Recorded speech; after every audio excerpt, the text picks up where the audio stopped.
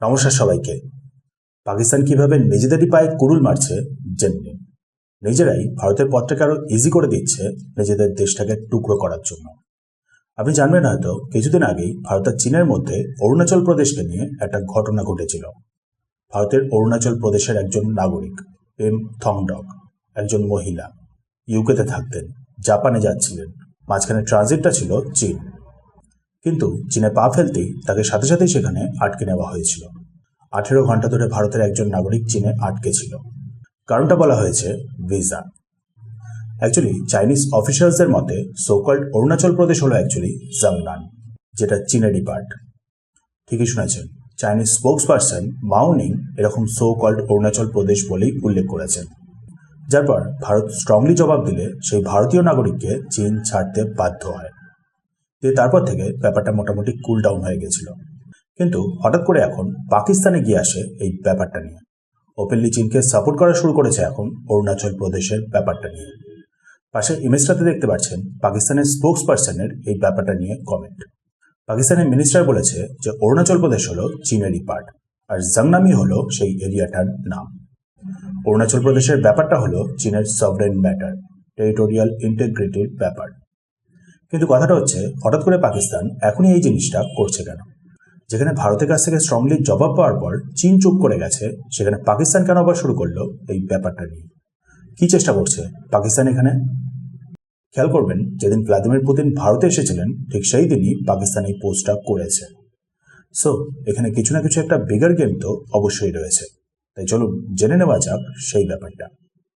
Actually আপনি ভালো মতন করেই জানবেন, পাকিস্তান সার্ভাইভ করে কোনো না কোনো একটা সুপার পাওয়ারের হাত ধরে, কখনো চীন তো কখনো ইউএস। বর্তমান সময়ে অপারেশন সিন্দুরের পর থেকে ইউএস এর কাছে রয়েছে। কিন্তু ব্যাপারটা হলো, ইউএস নিজেই এখন প্রেসারে পড়ে গেছে। ট্রাম্প অনেকটা এখন প্রেসার ফিল করছেন, বিশেষ করে ভ্লাদিমির পুতিনের ভারত ভিজিটের পর থেকে। পুরো ওয়ার্ল্ডে এখন জানে ভারত হলো একটা সুইং স্টেট, যেদিকে যোগ দিল সেদিকটার পাল্লা ভারী, যেটা ইউএস বলুন বা চীন বা রাশিয়া খুব ভালো মতন করেই বোঝে। বাড়িয়ে কিচ্ছু বলছি না, এটাই এখন রিয়ালিটি। সো ভ্লাদিমির পুতিন ভারতে আসার পর ট্রাম্প নিজেই এখন উল্টে প্রেসারে পড়ে গেছেন। 40 জন ইউএস কংগ্রেস মেম্বার আসিম মুনিরের উপরে স্যাংশনের জন্য ডিমান্ড শুরু করে দিয়েছে সেক্রেটারি অফ স্টেট মার্কো রুবিওর কাছে। পাকিস্তানের সিভিলিয়ান সরকারও বলুন বা নতুন সিডিএফ আসিম মুনির, তারাও প্রেসার ফিল করছে ইমরান খানের ব্যাপারটা নিয়ে। রিসেন্ট সময়ে ইমরান খানকে নিয়ে পাকিস্তানে বেশ অনেক কিছুই চলছে। পাকিস্তানের মোস্ট পপুলার লিডার এদিকে জেলে পড়ে রয়েছে, তাকে ঘিরেই প্রচুর পরিমাণে এখন প্রোটেস্ট চলছে পাকিস্তানে।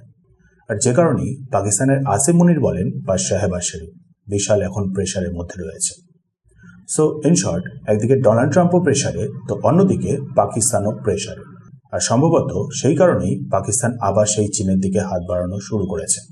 চীনকে আবার ইমপ্রেস করার চেষ্টা করছে অরুণাচল প্রদেশের মাধ্যমে, ভারতের মাধ্যমে। সম্ভবত ইউএসএ থেকে আবার সেই চীনের দিকে জাম্প করতে পারে তার জন্যই। দেখে তো এটাই মনে হচ্ছে। নাও এবার দেখুন, এখানে পসিবলি আরও একটা অ্যাঙ্গেলও হতে পারে। পসিবলি অন্য আরেকটা দেশ পাকিস্তানকে দিয়ে এটা বলিয়েছে, ভারত আর চীনের মধ্যে আবার একটুখানি খোঁচা মেরে টেনশন ক্রিয়েট করার উদ্দেশ্যে। কারণ দেখুন, যেদিন পুতিন ভারতে এসেছিলেন ঠিক সেই দিনই ভারতের ইন্ডিগোর ঘটনাটাও ঘটেছে। প্রচুর পরিমাণে ফ্লাইট ক্যান্সেল, সাধারণ মানুষদের প্রচুর পরিমাণে হয়রান করা। সবাই স্পেকুলেট করছে যে পসিবলি সেখানে ডিপ স্টেটের ইনভলভমেন্ট রয়েছে, সাথে ইউরোপ আর তুর্কিরও কানেকশন দেখা যাচ্ছে ইন্ডিগোর সাথে। যাই হোক, সেগুলো ইনভেস্টিগেশনের ব্যাপার। ইনভেস্টিগেশনের পর ঠিক করে সবকিছু ডিটেলসে ক্লিয়ারলি বোঝা যাবে। বাট ভাবুন, সেই একই দিনই পাকিস্তানের এই অরুণাচল প্রদেশ নিয়ে কমেন্ট চীনের হয়ে। সবাই জানে রাশিয়া হলো ভারত আর চীনের মধ্যে মিডিয়েশনের কাজ করছে, ভারত আর চীনের মধ্যে দড়ির মতন করে কাজ করছে। ভারত আর চীনকে এখন লড়তে না দেওয়ার পেছনে অনেকটাই ক্রেডিট যায় রাশিয়ার ওপরে। পুতিন ভারতে আসেন আর ঠিক সেই সময় চাইনিজ স্টেট মিডিয়া গ্লোবাল টাইমসের পোস্টে মেনশন করা যে রাশিয়া বলুন বা ভারত কোনো দেশই আইসোলেটেড না, মানে চীনের স্ট্যান্ডটা হলো ভারত আর রাশিয়ার পক্ষে। আশা করি বুঝতে পারছেন গ্লোবাল গেমটা এখানে কোন দিকে এগোচ্ছে। আরআইসি ক্লোজ আসার চেষ্টা করছে ওয়েস্টের এগেনস্টে। সো হতেই পারে অন্য কোনো পাওয়ার পাকিস্তানকে দিয়ে এই অরুণাচল প্রদেশের স্টেটমেন্টটা দেওয়ানো করিয়েছে। পসিবলি ভারত, চীন আর রাশিয়ার দ্বারা গ্লোবাল পাওয়ারের রিশাফলিংটাকে আটকানোর জন্য। এবার দেখেন, হতেও পারে চীন এখানে ডবল গেম খেলছে। একদিকে সামনে ভারত আর রাশিয়ার সাথে বন্ধুর মতন ব্যবহার, তো অন্যদিকে পিঠ পিছে শত্রু। না হবার কিছুই নেই, হতেই পারে। রাশিয়াও বেশ ভালো মতন করেই জানে চীন কিভাবে অ্যাকচুয়ালি ফাংশন করে। জিও পলিটিক্স এটা, নাথিং ইম্পসিবল। বাট যাই হোক, এটা করতে গিয়ে পাকিস্তান কিভাবে ভারতের রাস্তা ওপেন করে দিচ্ছে পাকিস্তানকে টুকরো করার জন্য, বা পাকিস্তান কিভাবে নিজেরই পায়ে কুড়ুল মারছে, জেনে নিন। ভারতে জানেন কিছুদিন আগেই সিন্ধ প্রভিন্সকে নিয়ে কথা উঠেছিল। ভারতের ডিফেন্স মিনিস্টার রাজনাথ সিং কথাটা তুলেছিলেন। আমাদের ভারতের ন্যাশনাল অ্যান্থেমে জানেন সিন্ধের কথা উল্লেখ আছে। সিন্ধ সিভিলাইজেশনের দিক থেকে ভারতের সাথে একটা ডাইরেক্ট কানেকশন শেয়ার করে। আপাততের জন্য পাকিস্তানের কাছে আছে, কিন্তু হতেই পারে ভবিষ্যতে ভারতের কাছে আবার ফেরত চলে আসলো। ডিফেন্স মিনিস্টার রাজনাথ সিং ঠিক এই কথাগুলোই বলেছিলেন। কিন্তু খেয়াল করবেন, রাজনাথ সিং এখানে শুধু সিন্ধের কথা বলেছেন, পাকিস্তানের অন্য কোনো প্রভিন্সের ব্যাপারে না। আফগানিস্তানের সাথে দুরন্ত লাইন বা বলুচিস্তান, এগুলো নিয়ে ভারত এখনও ওপেনলি কোনো কিছু বলা শুরু করেনি। সেখানে পাকিস্তানের অরুণাচল প্রদেশকে নিয়ে কমেন্টার মানে হলো ভারত আর চীনের মাঝে একটা ভূভাগ নিয়ে তৃতীয় অন্য আরেকটা দেশের এন্ট্রি। সো সেক্ষেত্রে ভারতও তাহলে অধিকার পেয়ে যাচ্ছে সেই সেমভাবেই পাকিস্তানকে রিপ্লাই দেওয়ার।